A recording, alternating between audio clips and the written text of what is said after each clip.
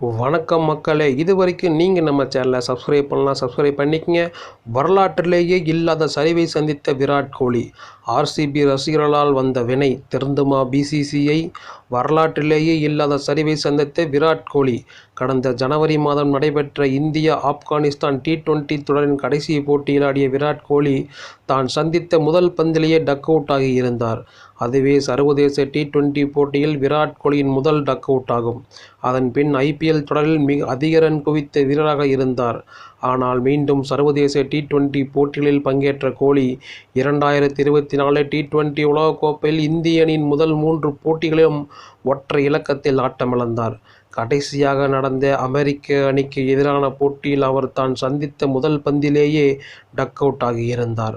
இதையடுத்து தொடர்ந்து 4 சர்வதேச இன்னிங்ஸ்களில் அவர் ஒற்றை இலக்கத்தில் அவுட் ஆகி இருக்கிறார்.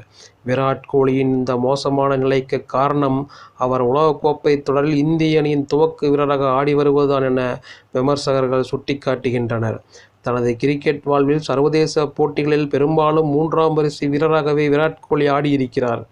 IPL தொடரில் மட்டுமே ராயல் சேலஞ்சர்ஸ் பெங்களூரு அணியின் துவக்க வீரராக அவர் விளையாடி வருகிறார். அதன் மூலம் IPL தொடரில் அவர் அதிக ரன் குவித்து வருவதை சுட்டிக்காட்டிய RCB ரசிகர்கள், அதே போலவே இந்திய அணியும் விராட் கோலியை துவக்க வீரராக ஆட வைத்தால் அதிக ரன் குவிப்பார் என பல ஆண்டுகளாகவே கூறி வருகின்றனர்.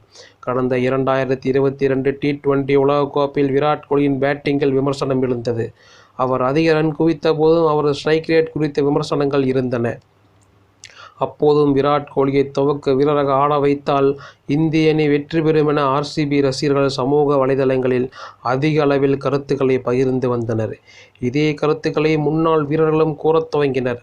ஒரு கட்டத்தில் BCCIயும் இந்த முடிவை எடுக்க வேண்டிய கட்டாயத்துக்கு ஆளானது.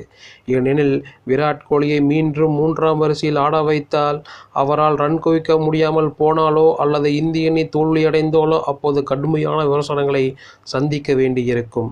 அதன் காரணமாகவே BCCI மற்றும் இந்திய அணி நிர்வாகம் சமூக ஊடக நிர்பந்தத்திற்கு ஆளாகி விராட் கோலியை துவக்க வீரராக ஆட வைத்திருக்கிறார்கள்.